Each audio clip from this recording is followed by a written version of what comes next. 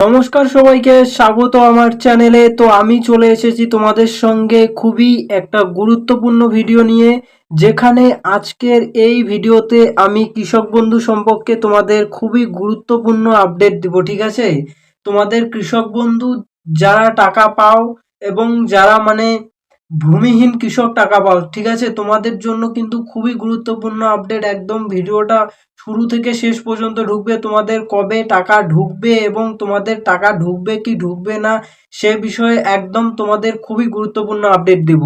তো প্রথমেই যদি বলি, আমরা এই কৃষক বন্ধু যেটা পুরনো সরকার, ঠিক আছে, কিভাবে টাকাটা দিত তোমাদের। তোমাদের কিন্তু যাদের 1 একর বা তার বেশি জমি আছে, ঠিক আছে, যাদের 1 একর বা তার বেশি জমি আছে তাদেরকে কিন্তু বছরে 10,000 টাকা দেওয়া হতো। ঠিক আছে, এই 10,000 টাকা তোমার প্রতি বছর দেওয়া হতো দুটো কিস্তির মাধ্যমে। ঠিক আছে, একটা তোমার খারিফ মরশুমে, একটা রবি মরশুমে। তো দুটো কিস্তির মাধ্যমে তোমার এই 10,000 টাকা দিত। যে পুরনো সরকার আমাদের, এখন তো ভোট হয়েছে, তো এই সরকার হচ্ছে দুটো কিস্তির মাধ্যমে টাকাটা দিত। এরপরে যদি দেখি, এরপরে যাদের জমি নেই, ঠিক আছে, তো যারা ভূমিহীন কৃষক তাদেরকে 4,000 টাকা করে দিত টোটাল দুটো কিস্তির মাধ্যমে। একটা হচ্ছে এই যে রবি শস্য মরশুমে 2,000 টাকা এবং খারিফ শস্য মরশুমে তোমার 2,000 টাকা করে 4,000 টাকা দেওয়া হতো বছরে যারা ভূমিহীন কৃষক। তো এবারে কিন্তু তোমরা মানে মে মাস পড়ে গেছে, এবারে অনেকেই চিন্তায় আছো যে তোমরা মে মাসের টাকাটা কবে পাবে, আদৌ কি তোমাদের অ্যাকাউন্টে টাকা ঢুকবে কি ঢুকবে না, এরকম কিন্তু অনেক কৃষক চিন্তায় রয়েছে যে তাদের টাকাটা কবে ঢুকবে। সো আমি এই আজকের এই ভিডিওতে তোমাদের ক্লিয়ার করে দেবো যে তোমাদের টাকা কবে ঢুকবে, যদি ঢুকে, আর যদি না ঢুকে তাহলে তোমরা টাকা কিভাবে পেতে পারো তোমাদের টাকা। ঠিক আছে, প্রথমেই তো যাদের ব্যাংক অ্যাকাউন্ট ঠিকঠাক আছে, যারা আগে টাকা পেয়ে গেছে, তাদের কোনো চিন্তার কারণ নেই। এবং যাদের ব্যাংক অ্যাকাউন্টে এখনো প্রবলেম রয়েছে, ঠিক আছে, ব্যাংকের সাথে আধার কার্ডের লিঙ্ক নেই, তারা কিন্তু তোমরা এখন তোমাদের হাতে সময় আছে, তোমরা তোমাদের সেই ইয়েটা ঠিক করে নাও, তোমাদের সেই প্রবলেমটা ঠিক করে নাও। কিন্তু এরপরে কিন্তু আবার নতুন করে মানে অ্যাপ্লাই করতে হতে পারে আর কি। সেক্ষেত্রে কিন্তু তোমরা খুব তাড়াতাড়ি টাকা পেয়ে যাবে। কেন বলছি আমি এই কথাটা, কারণ এখন হচ্ছে পশ্চিমবঙ্গে ভোট চলছে, ঠিক আছে, আর এই ভোটের ফলাফল যদি ভালো হয়ে যায়, সরকার যদি পরিবর্তন হয়ে যায়, ঠিক আছে, এক্সিট পোল বলছে কিন্তু এবারে বিজেপি সরকার আসবে। তো বিজেপি সরকার এলে কি তোমরা কৃষক বন্ধুর টাকাটা পাবে কি পাবে না।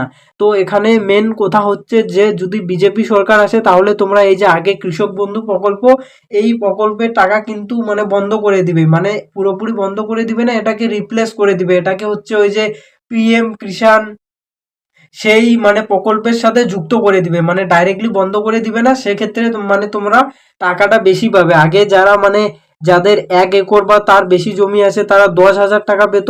নতুন স্কিম যখন চালু করবে, নতুন সরকার এসে, সেখানে কিন্তু তোমরা টাকাটা আরো বেশি পেয়ে যাবে। ঠিক আছে, যারা ভূমিহীন কৃষক, ঠিক আছে, তোমরা যারা বছরে 4,000 টাকা পেতে, তোমরাও কিন্তু টাকাটা বেশি পেয়ে যাবে যখন বিজেপি সরকার এসে সেন্ট্রালের সাথে মার্চ করে দিবে। এখন কিন্তু সেন্ট্রালের সাথে স্টেটের জানোই তোমরা সবসময় দ্বন্দ্ব লেগে থাকে, তার জন্য হচ্ছে সেন্ট্রালের অনেক সুবিধা হচ্ছে পশ্চিমবঙ্গের সাধারণ জনগণ পায় না আর কি। সো এবারে যদি বিজেপি সরকার গঠন হয়ে যায়, সেক্ষেত্রে কিন্তু তোমরা অনেক সুবিধা পেয়ে যাবে এবং তোমরা টাকাটা বেশি পেয়ে যাবে আর কি এই কৃষক বন্ধু এবং ভূমিহীন কৃষকে। সেক্ষেত্রে কিন্তু তোমাকে নতুন করে আবেদন করতে হবে। ঠিক আছে, সরকার এসে আগের অ্যাকাউন্টের হিসেবে কিন্তু ওরা টাকা দিবে না, তোমাকে নতুন করে ফর্ম ফিল আপ করে জমা দিতে হবে। তোমার ব্যাংকে ব্যাংকের অ্যাকাউন্ট ঠিকঠাক রাখতে হবে, ব্যাংকের সাথে আধার কার্ডের লিঙ্ক থাকতে হবে, তোমার যাবতীয় ডকুমেন্টস ঠিকঠাক করে রাখবে। এরপরে যদি নতুন সরকার গঠন হয় তো তোমাদের কিন্তু নতুন করে ফর্ম আবেদন হবে। আর যদি বাই চান্স কোনো কারণে পুরনো সরকার থেকে গেল, ঠিক আছে, এই পুরনো সরকার যদি থেকে যায় তাহলে হচ্ছে তোমাদের টাকাটা কবে ঢুকতে পারে। তো এই পুরনো সরকার যদি থেকে যায় তাহলে তোমাদের এই 4 তারিখে কিন্তু ভোটের রেজাল্ট বেরোবে। তারপরে মোটামুটি তোমাদের 15 তারিখের পর কিন্তু তোমাদের টাকা ঢোকা শুরু হয়ে যাবে আর কি। 15 থেকে 20 তারিখের এই 15 তারিখ থেকে 20 তারিখের পরে তোমাদের টাকা ঢোকা শুরু হয়ে যাবে, যদি এই মানে পুরনো সরকার থাকে আর কি, তোমার ব্যাংক অ্যাকাউন্টে যদি কোনো প্রবলেম না থাকে। আর যদি সরকার পরিবর্তন হয়ে যায় তাহলে তোমাকে নতুন করে আবেদন করতে হবে, নতুন করে ফর্ম ফিল আপ করতে হবে, তোমার সব ডকুমেন্টস ঠিকঠাক রাখতে হবে।